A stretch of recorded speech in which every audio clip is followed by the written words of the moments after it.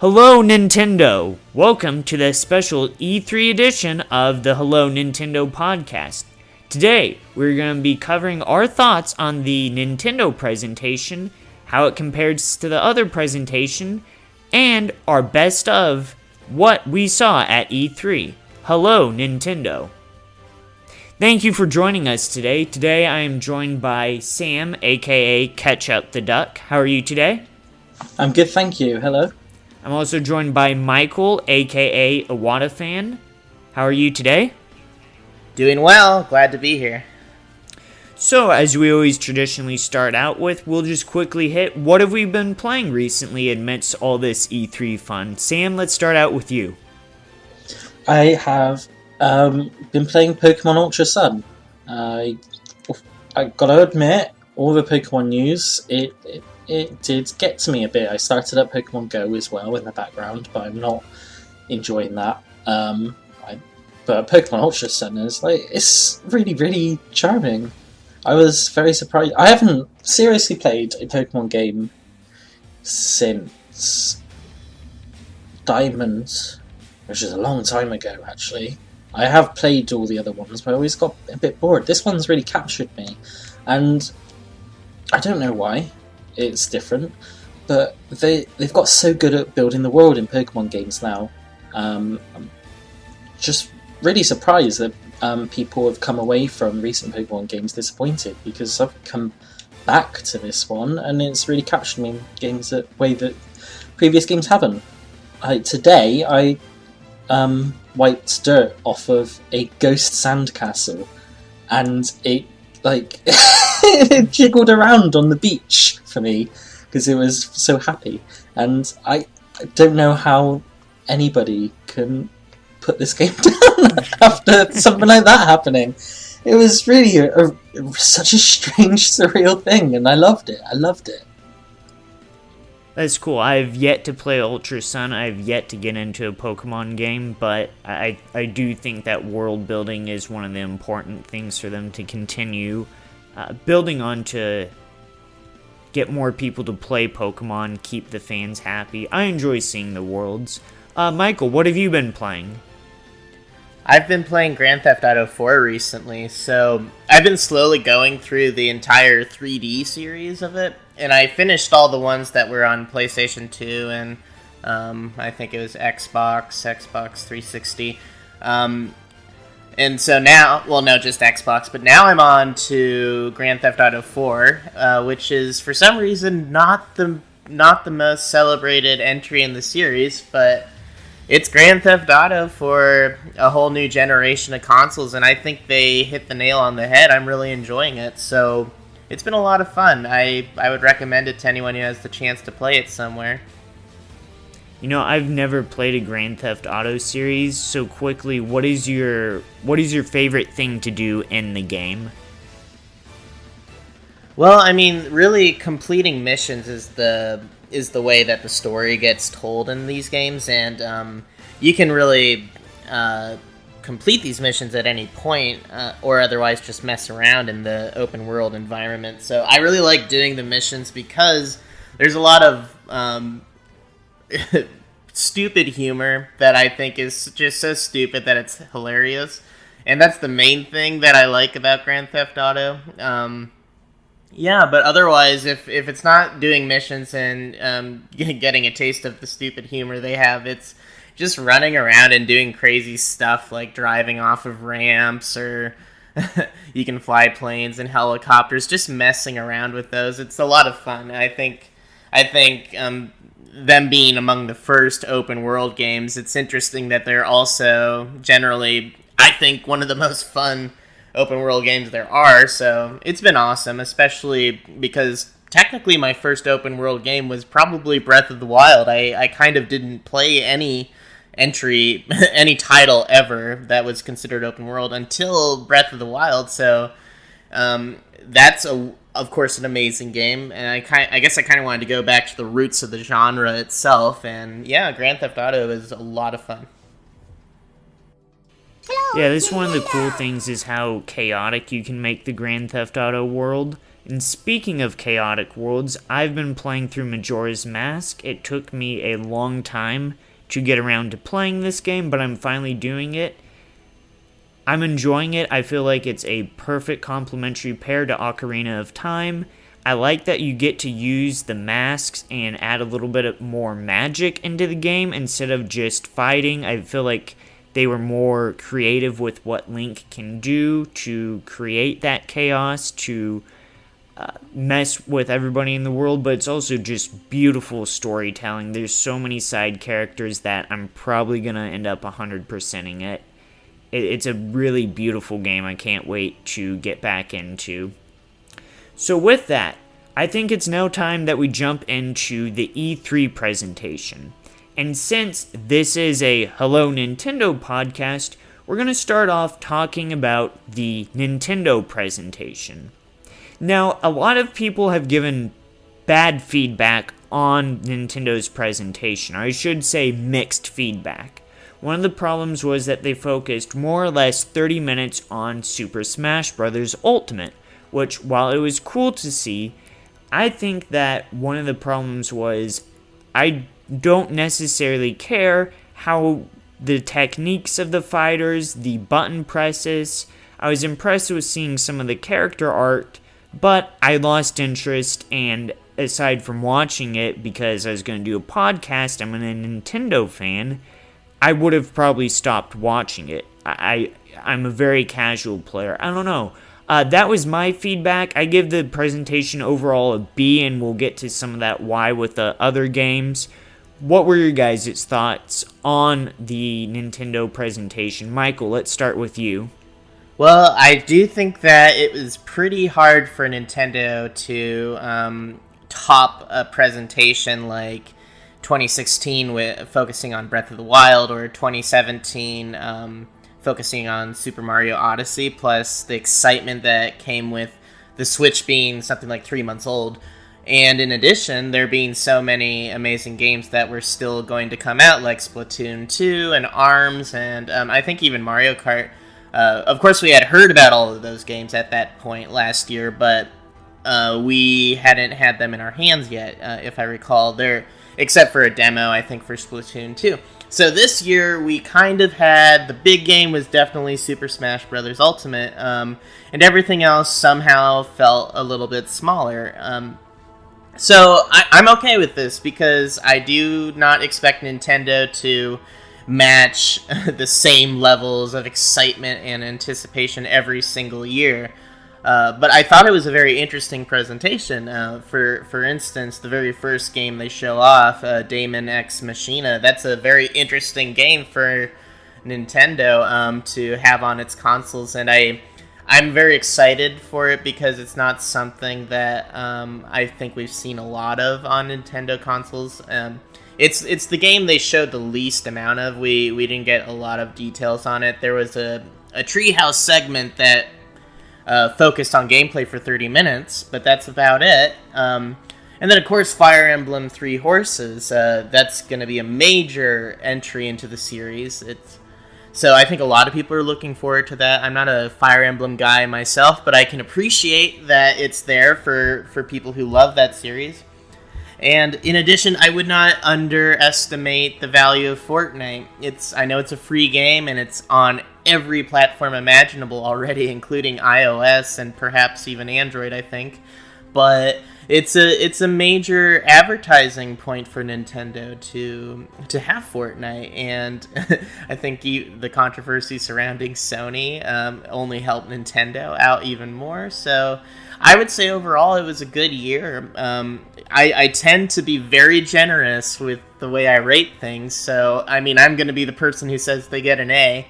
So I was very excited about this E3, and I loved every bit of it. Sam, what were your thoughts on the Nintendo E3 presentation?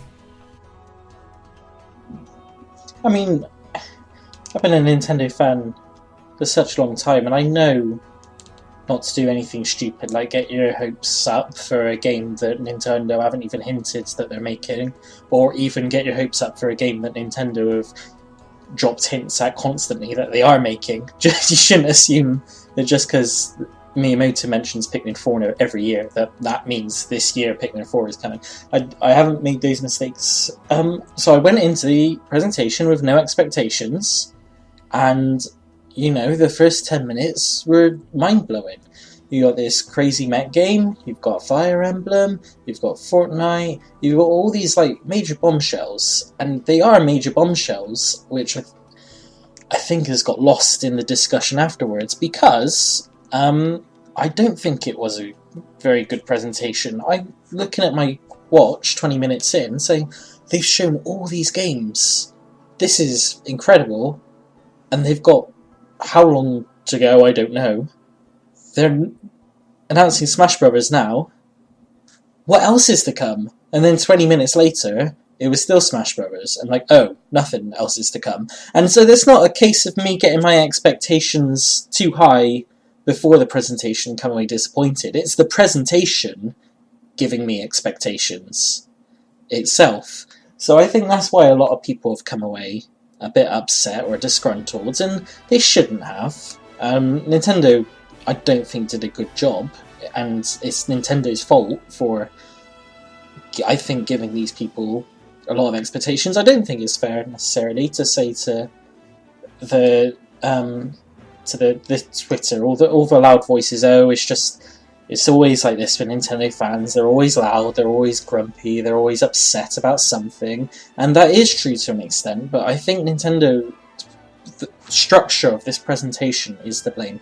That said, of course, everything was great. I am happy with what was announced. I think if I watched a presentation where they spent 5 minutes on Smash Brothers and they gave me more information about some of the earlier games to fill up that time, I wouldn't have come away thinking, there wasn't that many games. So I would have thought it was one of their best presentations. I would have loved to have heard more about Demon Ex Machina, more about Killer Queen Black, more about all these games which I don't know much about.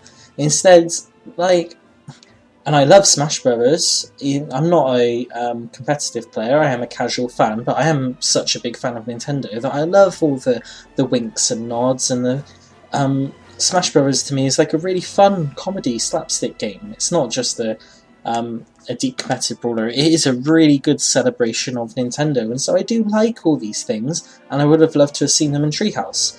And I guess, I don't know if we're talking about Treehouse yet, but that's why Treehouse again was a bit disappointing for me, because they would do a 10-minute segment on the Zelda characters, and that would have been interesting if they weren't just reiterating the information that Sakurai gave in the direct presentation. It's a very strange one for me. I feel guilty for coming away disappointed and underwhelmed, but I don't think that's entitlement, or some of the things we can be so easy to dismiss from the loud crowd. That brings to mind, I think Nintendo may just be changing their strategy for how they think of E3. It seems to me that for the last 3 years now, there has been one major game that is the focal point. And, in 2016, that was quite literally Breath of the Wild, with, I think, a few announcements in Treehouse.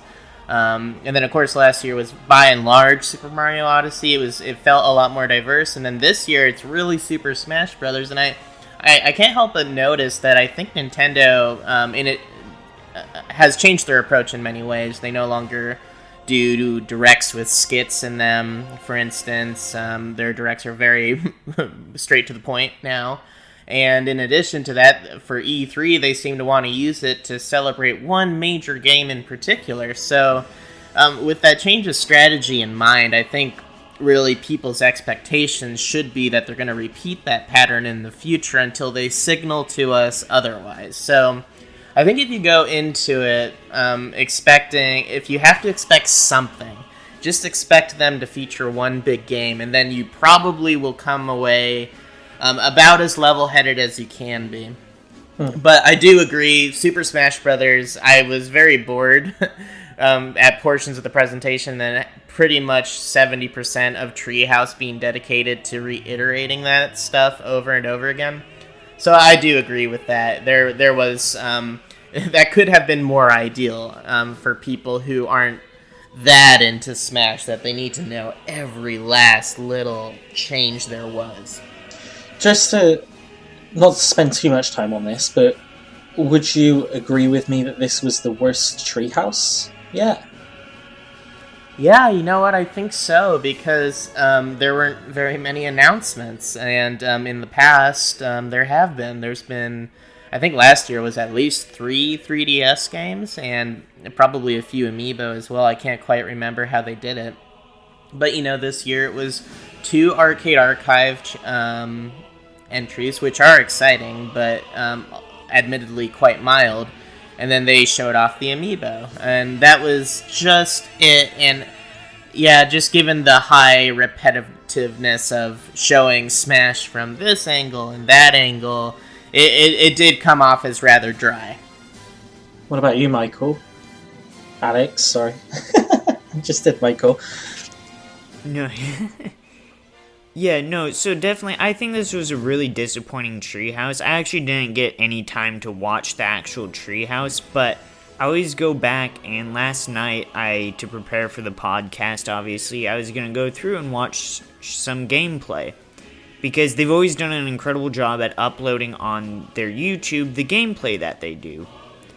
I'm going through here, and I'm find one segment on Pokemon Let's Go, one segment on Fortnite, a little, and these are 20 minutes, the Pokemon segment was 48 minutes, but the other ones for, Overcooked 2, that's only 20 minutes.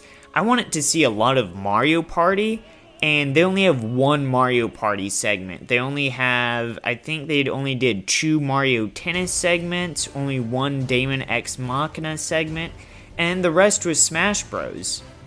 And in total they did 7 parts on Smash Bros, about half an hour, 40 minutes each. That's an overwhelming amount of time on one game you already detailed, and I do think that this was the worst Treehouse because of that. Yeah, I would agree. I think, as somebody who was casually watching most of the streams throughout the day, I can't think of anything that I learned from the Smash Bros. Treehouse segments, apart from I saw some Pokemon that I didn't see in the direct presentation.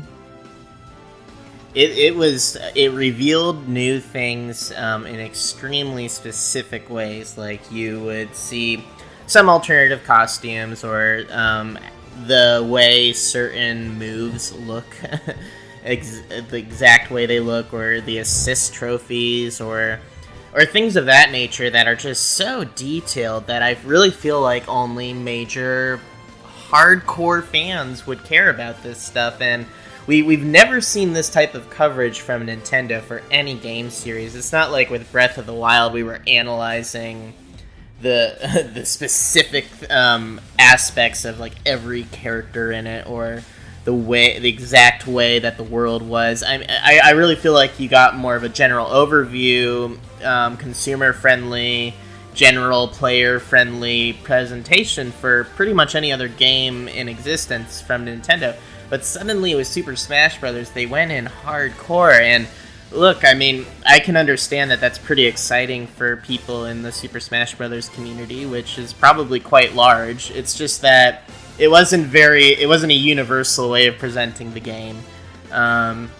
They wanted to make clear that this is for longtime gamers, or for people who want to play a very serious game in a competitive way, in a way that they can master the game. And so it was a very different approach from Nintendo, and I suppose there's pros and cons to that.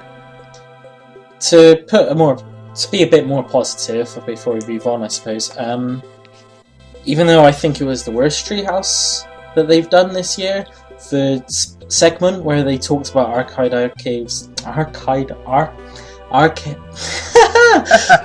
the segment where they talked about arcade archives with Donkey Kong and Sky Skipper was one of the best segments they've ever done.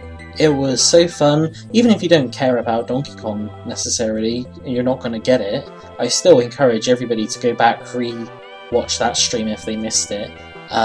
They talked with somebody, I I can't remember his name, but he said he'd been to every single E3. He'd been with the company longer than anybody else that they could find from Nintendo of America anyway. And he was talking about the history of releasing the original Donkey Kong arcade machines out, and he was there when they named Jumpman Mario, and it was really fascinating fun. And the guy who was playing the game knew everything about it. He was racking up, he knew all the tricks and glitches to cheat your way to a high score and skip stuff, and the optimal safe strategies playing Donkey Kong. And it was a really good segment, and that was really fun. I know it's a shame more people won't care, or they would have switched off when they saw that we were playing Donkey Kong. But that was a real highlight for me of the show.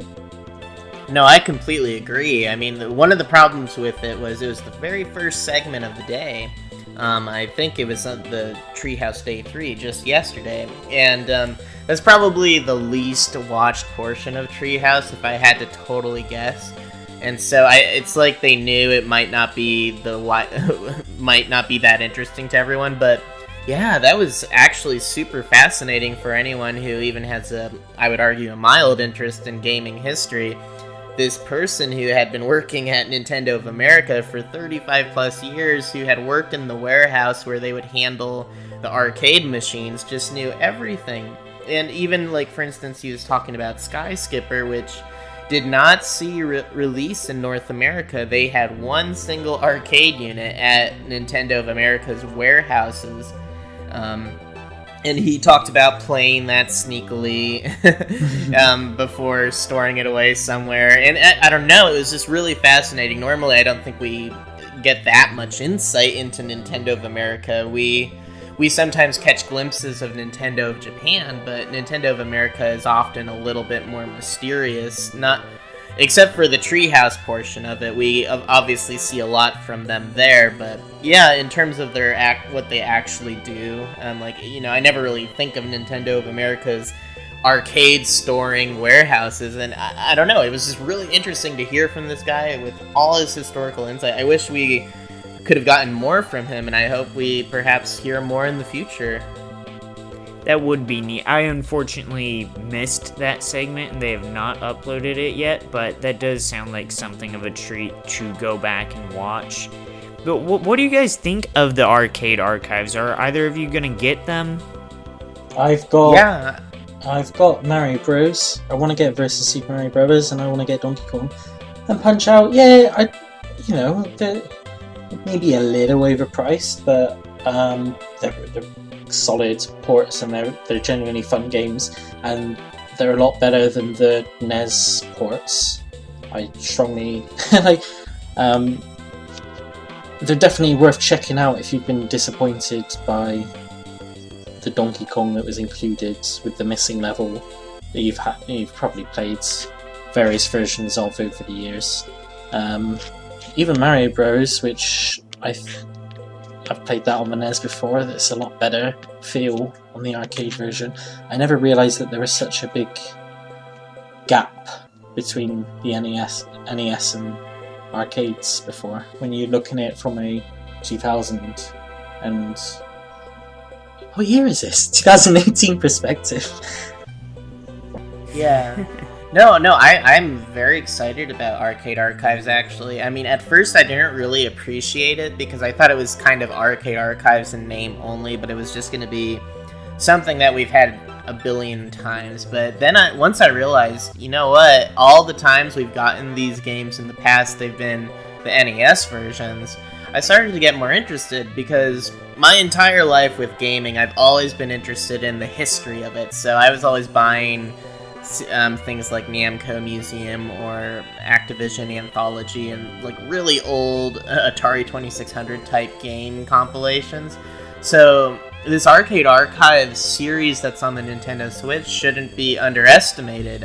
It's quite exciting that we actually have the arcade version of Donkey Kong. And I think this is a great way for people to experience these things because, I mean, even in my lifetime, I was born in the late 80s, I never once experienced an arcade version of any of these titles. I don't even think I've seen a Nintendo-related arcade unit. So So this is super exciting, and I personally will be buying it because I'm, like I said before, the historical type. So I think it'll be a lot of fun.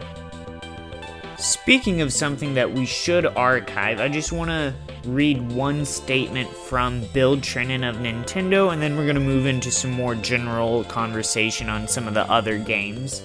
This is, I think, important to cap off this section of the podcast. This is quoting Bill Trinen. Last year, and this was an interview with Game Informer, last year was the first year for the Switch at E3. So we took a bit of a departure from our usual approach to E3, which is to focus on more near-term stuff. Last year, because it is the first year for the hardware, we looked at things that were maybe a little further out. This year, you can see pretty clearly, we're back to focusing on the near term. We'll have more to share with Metroid Prime 4 when we have something we think is going to wow people. So, moving into some of the other games that are near term, we had Fire Emblem announced, Fortnite announced, Hollow Knight, Killer Queen Black, Overcooked 2, Super Mario Party, Super Smash Bros., Xenoblade Chronicles 2 The Golden Country. We also had some new amiibos announced. The Daisy amiibo, Inkling amiibo, 3-pack, Inkling Girl, Ridley. So out of all these announcements, what was your favorite? Daisy amiibo.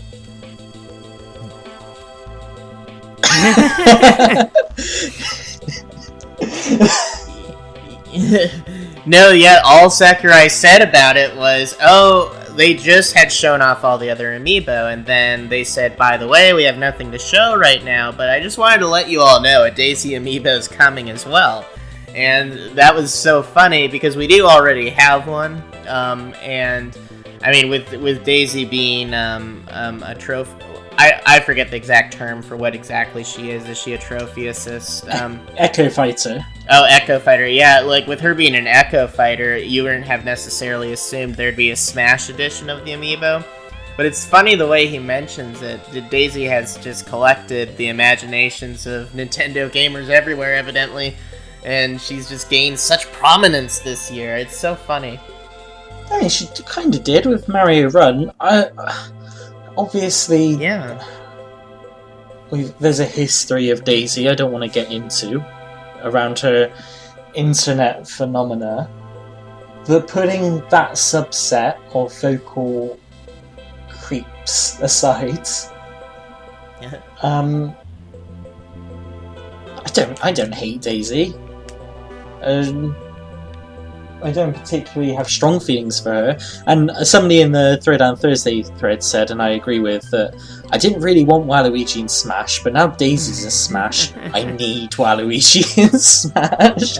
And it's true, like, it would have been fun if Waluigi's in Smash. I wasn't gonna cry over it, but now that Daisy's in Smash, I'm like, please, come on, you gotta have Waluigi.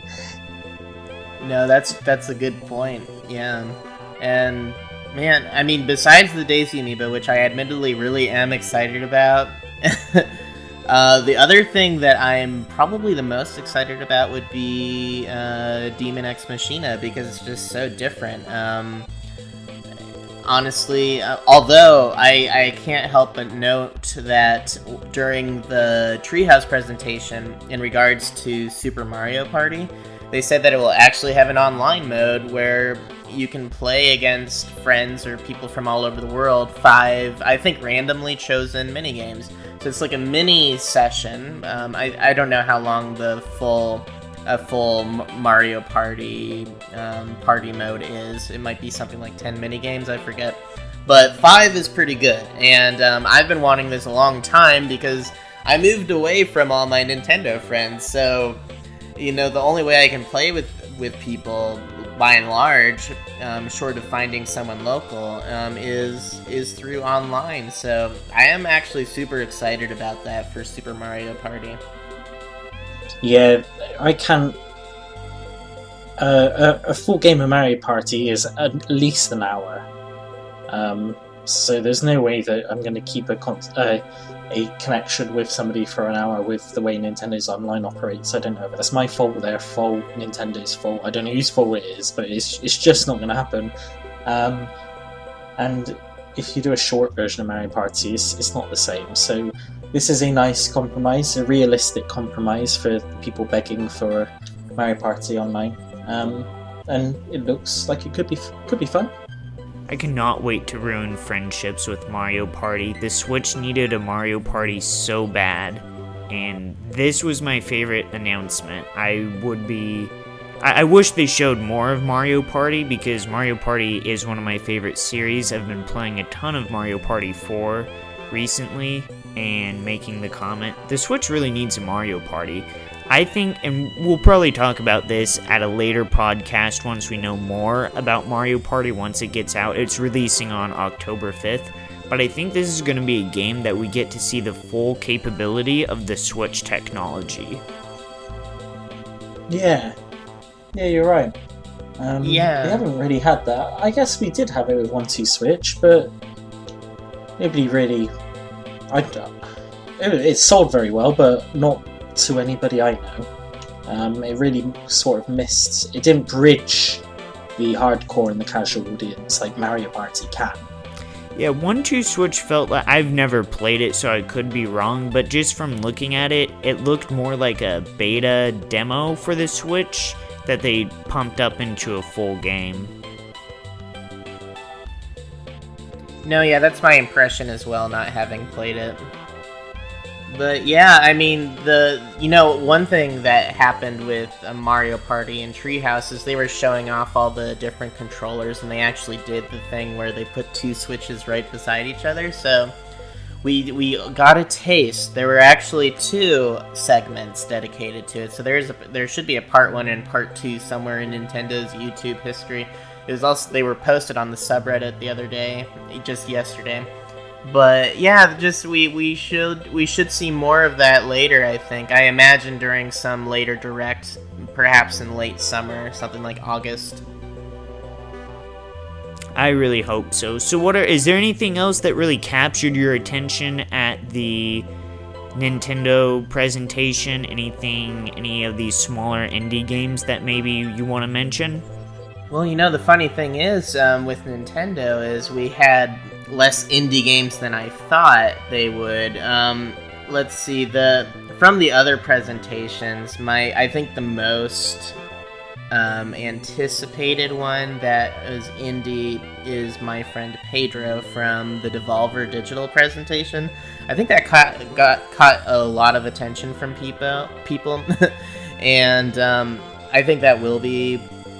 I don't even know how to describe it. It's like some sort of 2D shooter game, but it has multiplayer. I think it may even have online. I'm not sure about that, but that one captured my interest. And I mean, we of course shouldn't forget Starlink having Star Fox content, which I really thought when I saw this game, it's really perfect for a Star Fox cameo, and they certainly took the opportunity to do that, so that'll look a lot of fun. And we do have moderate support from Bethesda. They're giving us a lot of their side games. One game that I don't think is actually listed on our subreddit Megathreads is there's a Wolfenstein 2 side game that's coming out that has been confirmed for Nintendo Switch. That'll be the biggest thing from Bethesda. But Elder Scrolls Legends as well, a card RPG, so that appeals to a certain segment. Not me, but I'm glad that they're bringing it nonetheless. So yeah. Yeah, were there any... I can't really remember any big indie announcements apart from Killer Queen Black. I know there must have been more, but Hollow Knight. Hollow Knight, yeah. Hollow Knight dropped the other day. But that was kind of it. We knew that was coming. Yeah. And then, obviously, I'm not expecting massive bombshells from indie games at E3, but I can. Was that really it? That can't have been. There was that montage of games, but I can't remember what was in it. No, I mean, really, that montage of games didn't have anything we didn't know about before. So that's why it's not listed on our mega threads, but I mean, they're nonetheless still coming. I don't remember anything major. And I mean, one thing to keep in mind with the Nintendo Switch is, even at this point, it already seems to have collected most of the major indie games that are out there. Like any of the top 10 lists you can think of, the Nintendo Switch has pretty much all of them except for A Hat in Time. And I mean, I suppose Cuphead, if you want to call that an indie title. But that's that's about it. The only other thing is there was a very unusual presentation that was along the lines of what Devolver Digital kind of does, just a parody presentation from a little company out in North Carolina called Limited Run Games. And what they do is they take indie titles and release physical versions of them in limited print runs. So they announced a lot of titles that are indie but are coming. Like, for instance, Oceanhorn, they're doing a run for them, so you can get a physical copy of Oceanhorn if you want. They're doing a run of Yooka-Laylee. So I think Yooka-Laylee did have a physical release already, but now this is like your second opportunity to get it if you want it. So yeah, we're getting physical releases of indie games. That's probably the most exciting news that I can think of. Yeah, so I think that carries us into the rest of E3. There's a lot to cover, a lot of good presentations from Microsoft, Bethesda, we had Square Enix, the typical onslaught of companies. So quickly, best and worst. I'll give mine real quick. My best was Microsoft, my worst was Sony. Michael? I'm going to give the best is Microsoft. I would agree with that. The worst is EA. EA is a really close runner-up for worst. I barely even remember what they covered. Sam, what about you? I don't know. Best was Microsoft, and I didn't have a worst. What was kind of the thing that capped off E3 for you this year? What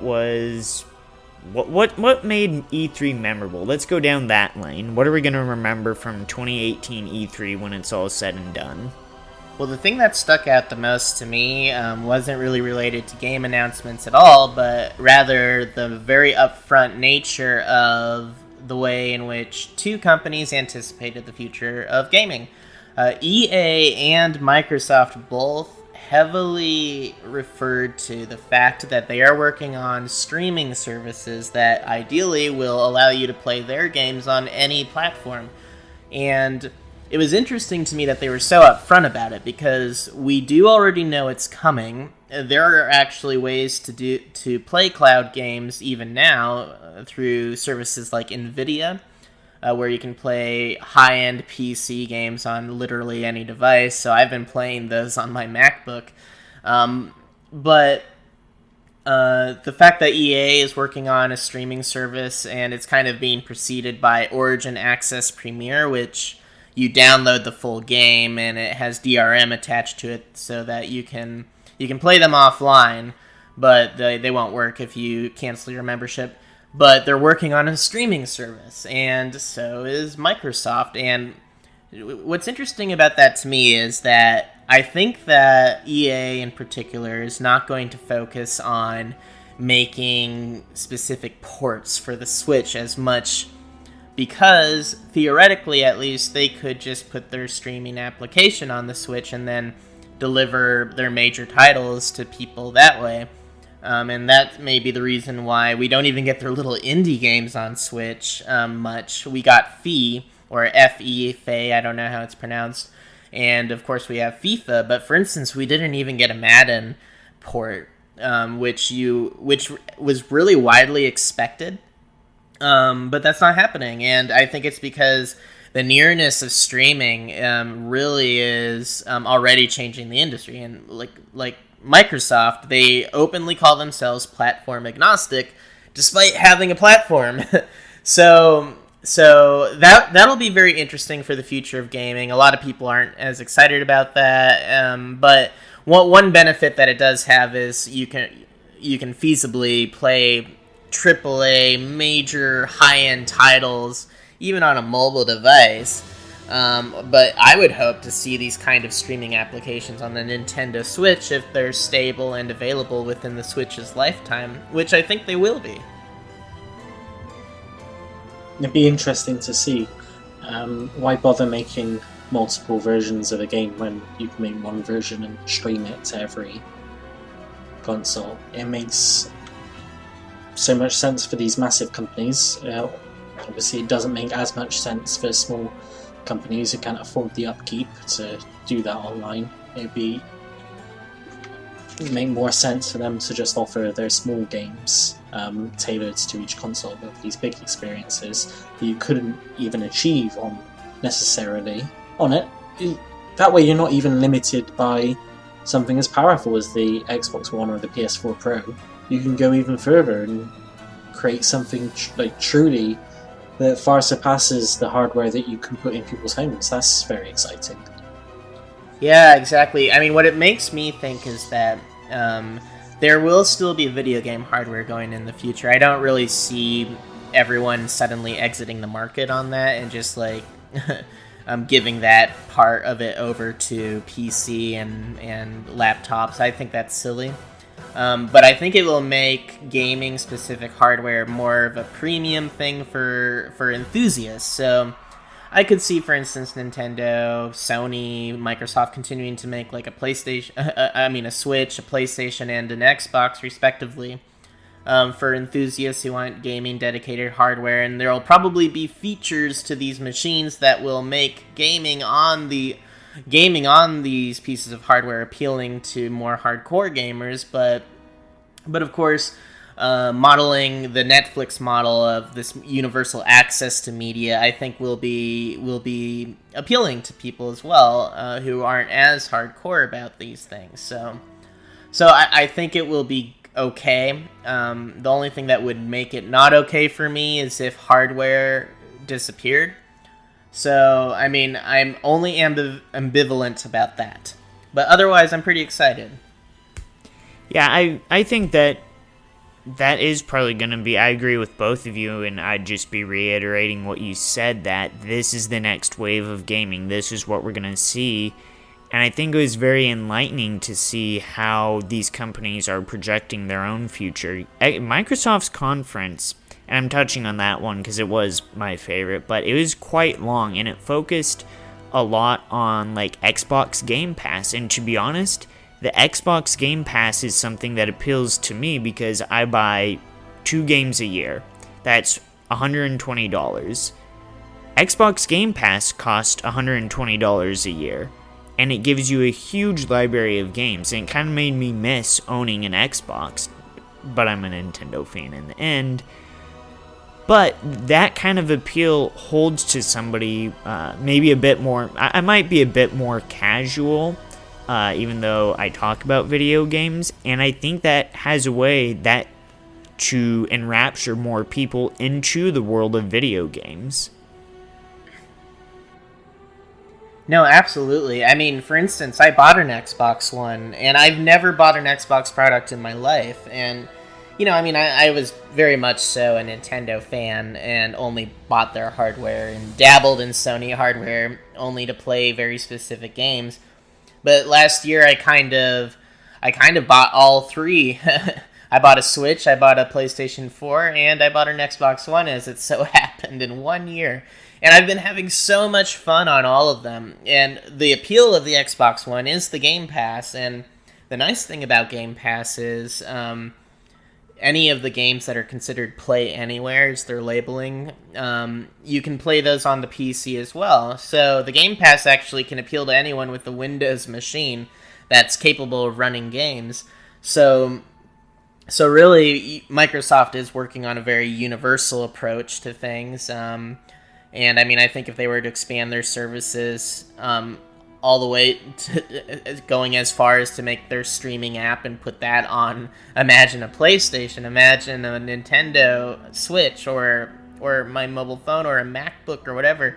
I think Microsoft is at the forefront of universalizing games and really modeling what a streaming service is like. And the cool thing about Game Pass is it's actually even cheaper because you can buy 6 months of it for $30.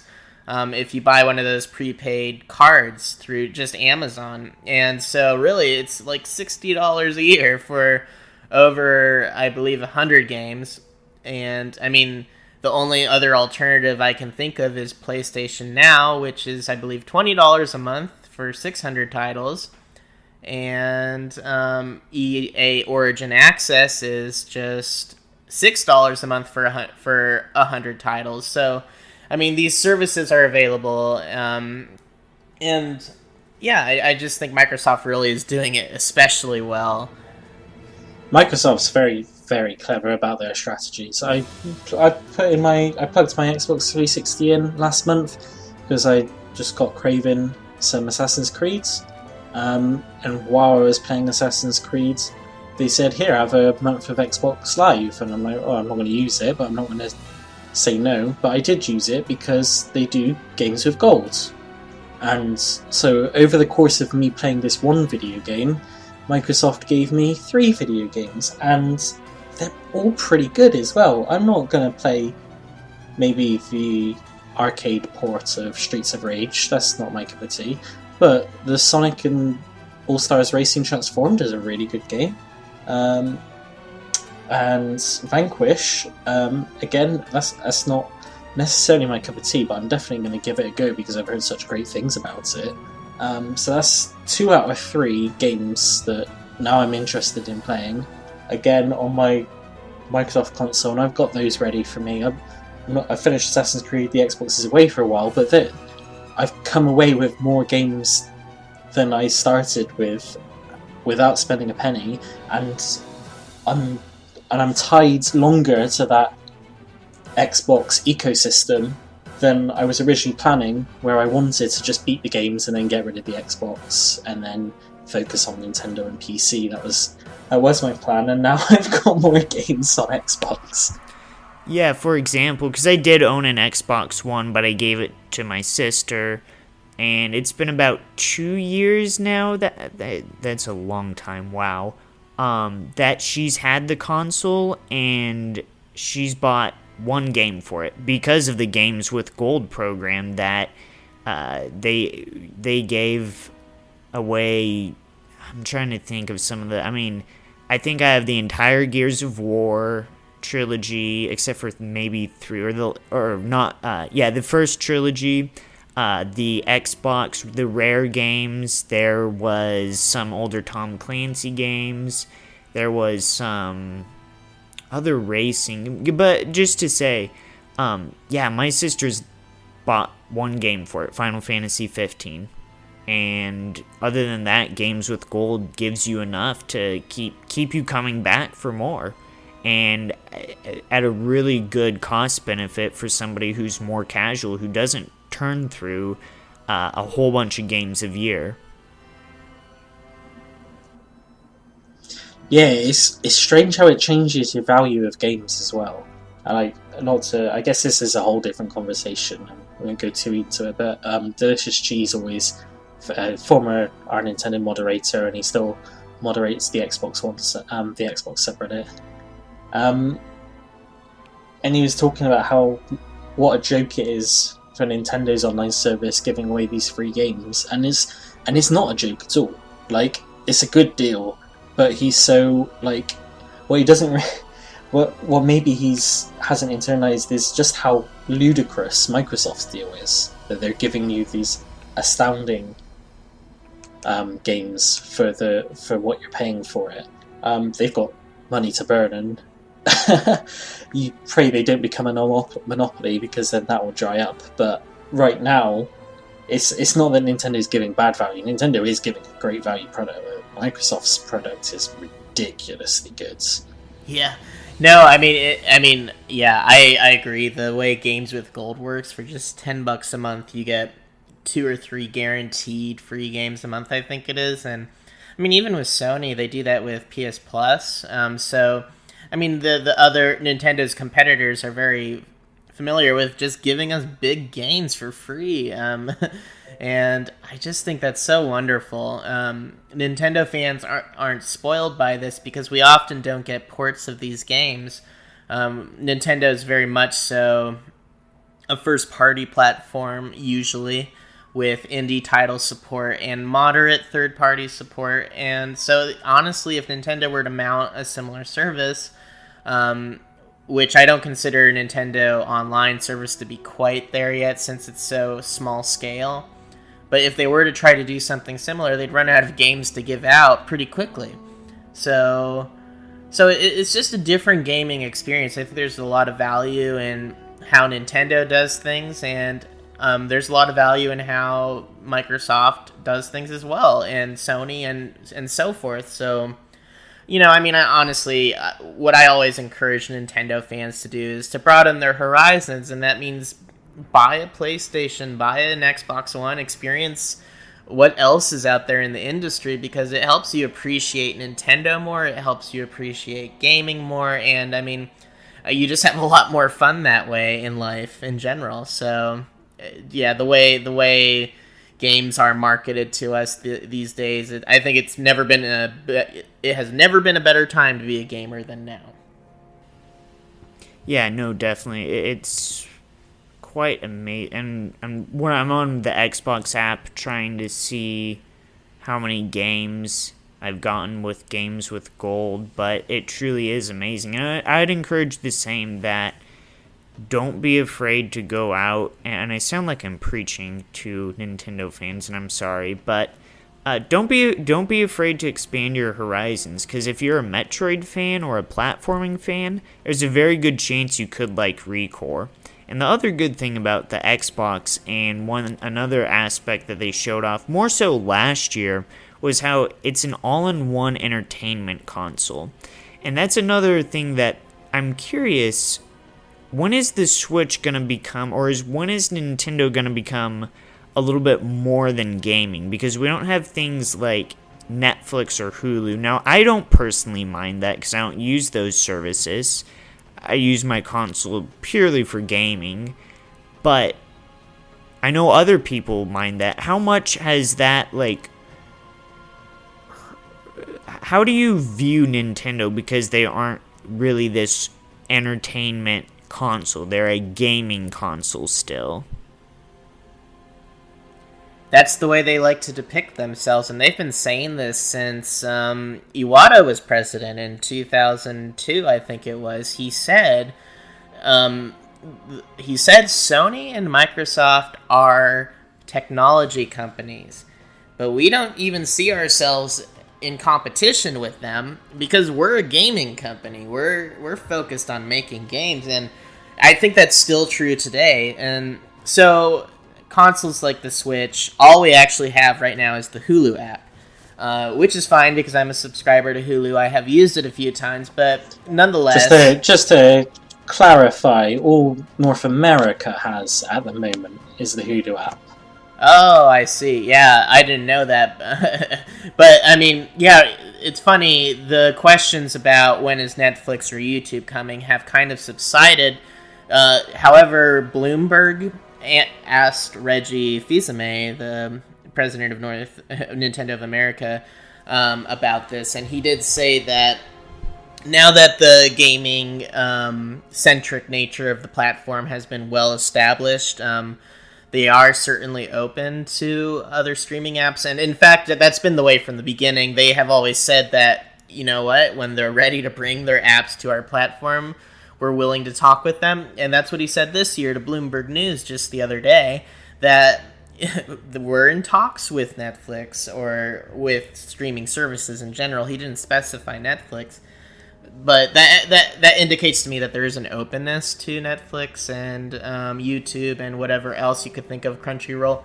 But whether or not they receive it, I don't think that will be a game changer for what the Switch exactly is. So that's all I can think to say on the matter. It's just a matter of waiting on them to want to put their applications on the Switch, and the Switch will be there to say, okay, welcome. Yeah, I don't really have any strong opinions anymore. I used to be more interested in, why isn't Netflix coming? Why isn't Netflix? And I guess this conversation always seems to boil down to Netflix. People want Spotify, I guess, but they don't. I guess they don't realize that Switch probably won't handle background music going on like other consoles do, and Nintendo, I don't think, are quite dictatorial about how you should experience their games, and that's fine. As I don't think Breath of the Wild would have the same impact if you have Kesha playing in the background. I don't know why I went to Kesha.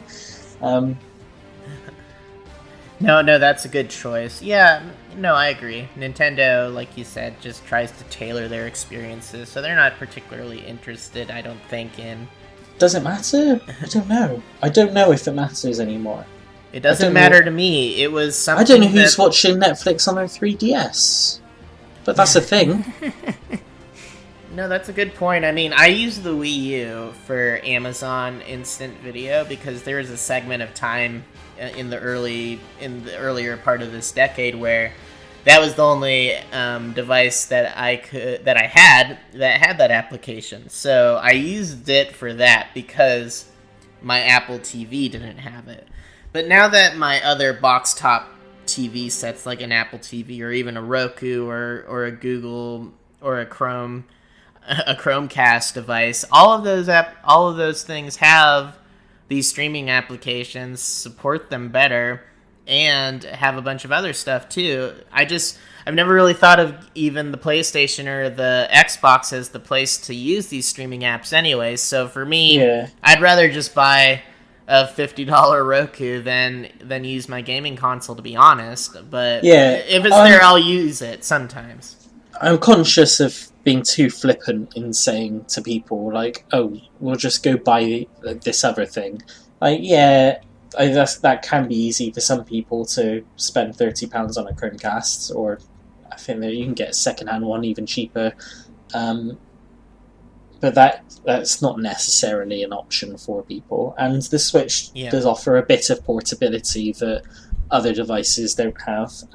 You can watch YouTube and Netflix on your phone, but you can't. The phone is quite small, and you can put the Switch in prop it up in better positions, and have your phone next to you. You know, there are advantages, and I know why people do want it. But it doesn't matter that much, I guess. It just doesn't. Yeah, no, I mean, I think you're right. There's definitely advantages. I mean, I certainly would rather use the Hulu app on my Switch rather than my iPhone. So, yeah, if it's available, I would certainly love to have these things on the Switch. I mean, I don't think they're going to go further than the streaming apps, obviously. But if we do get them, and when we do get them, I think it'll be good. I don't know why Netflix and YouTube has been so hesitant, because they made applications for the 3DS, for goodness sakes. So if they're willing to make it for the 3DS, I really feel like the Switch should be a serious shoo-in for them.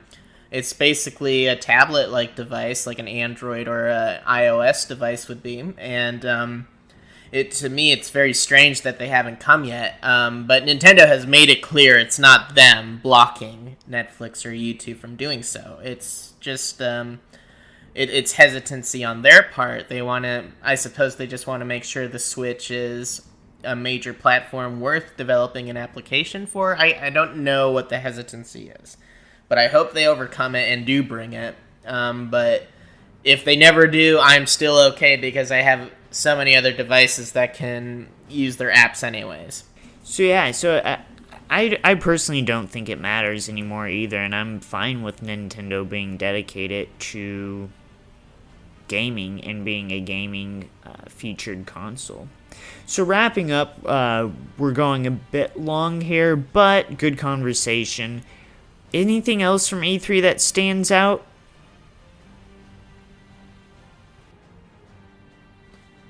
Well, I mean, the other broad takeaway I would take from E3 this year is that it really became evident to me that E3 is not just about announcing games that are coming super soon. That is the case for Nintendo, like you highlighted with Bill Trinen and the strategy for their E3 this year. But the wider industry specifically uses E3 to announce games that are far off in the distance, and then they like to give us a little bit more each year. the quintessential example these days is definitely Death Stranding. So I mean, the general takeaway I get from that is that gaming is an exciting industry to be interested in, because you get to see quite a ways off into the future, 5 years sometimes, and what makes E3 so special is the announcements, the excitement surrounding games you love that are coming out in the future. And so I've really enjoyed this E3 in that respect, just being able to know about games that are going to be available right when they're announced, that might already be available but are getting some additional bonus DLC or something, or games that are years away. I think that's a really cool aspect of the presentations they do. Yeah, I'd agree. I actually like that E3 kind of is a projections conference more so than an immediacy conference. There's a little bit more of, you get to see the thought behind how companies are, and I kind of like that, opposed to being more oriented towards, I guess, not necessarily investors, but your analyst more so than just the fan base, and that probably comes off a little bit elitist, but I like seeing forward more so than seeing the immediate future that I already know. Yeah, I totally agree. I like video games. I like video games too. Me too. I think we all... Yeah, they're pretty cool. Cool thing. You should try them out sometime. Well, with that, go play your video games, and hope you enjoyed this edition of Hello Nintendo. Join us next time where we will be talking about, is Nintendo doomed? They always are. Always something controversial to talk about. See you again on Goodbye Nintendo.